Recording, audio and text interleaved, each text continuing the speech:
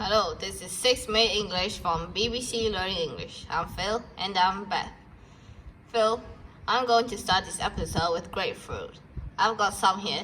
Do you want some? I'm not that keen on grapefruit. It's too bitter for me. Oh, that's a shame because this episode is all about bitter food. It's actually been linked to a number of health benefits. So maybe you should take a grapefruit.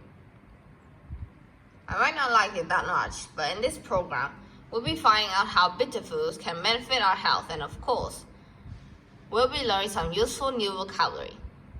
That should give you a taste of what's coming up.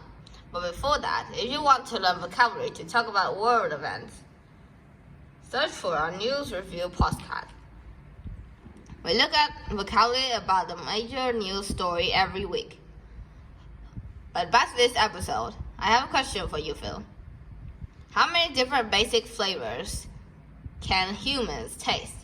Is it A, 4, B, 5, or C, 6? I can think of bitter, sweet, salty, and sour, so I'm going to go with 4. I think we can taste 4 basic flavors. Okay, Phil, I'll reveal the correct answer later. Layla Kazim presents the food program on BBC Radio 4. Here she is talking about some of the possible benefits of bitter food. New research has found a remarkable link between bitter foods and our health.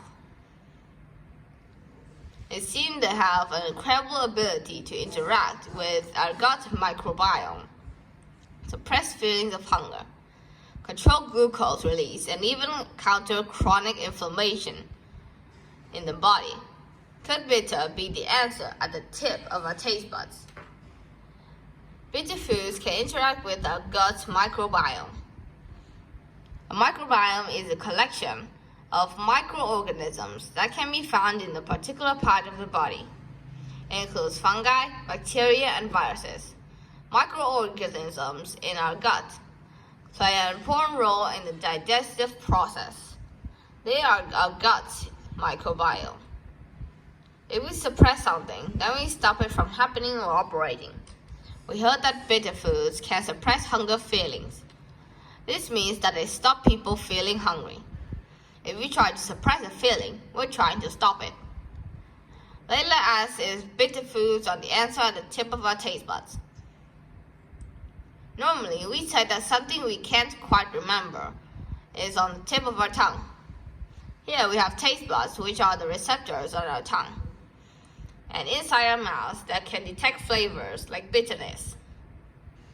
So it seems that bitter foods can be very beneficial, but they're not always the easiest foods to love. In BBC Radio 4's The Food Program, presenter Layla Kazim spoke to Chef Azina Anatol, who points out that we might be consuming more bitter food than we realize. I think it's a real perception issue with it. I think people are exposed to bitterness way more than they think they are. But that's this perception of bitter and negativity, both in terms of emotions and food, right? Bitterness is generally an undesirable trait. But there are so many very, very mainstream bitter things, such as chocolate, coffee, alcohol. And alcohol has a degree of bitterness in it. Azina says that many people see bitterness as an undesirable trait. A trait is a characteristic. So an undesirable trait is a characteristic that people don't want. We often see bitterness as a bad thing. We also often use undesirable traits to refer to negative aspects of people's personalities. Azina points out that there are a number of mainstream things that have a bitter flavor. If something is mainstream, then it means it's ordinary and part of what most people consume. She listed chocolate and coffee as the mainstream things. The other mainstream thing mentioned was alcohol. We heard that it has a degree of bitterness. If something has a degree of something, then it has at least a small but noticeable amount of it.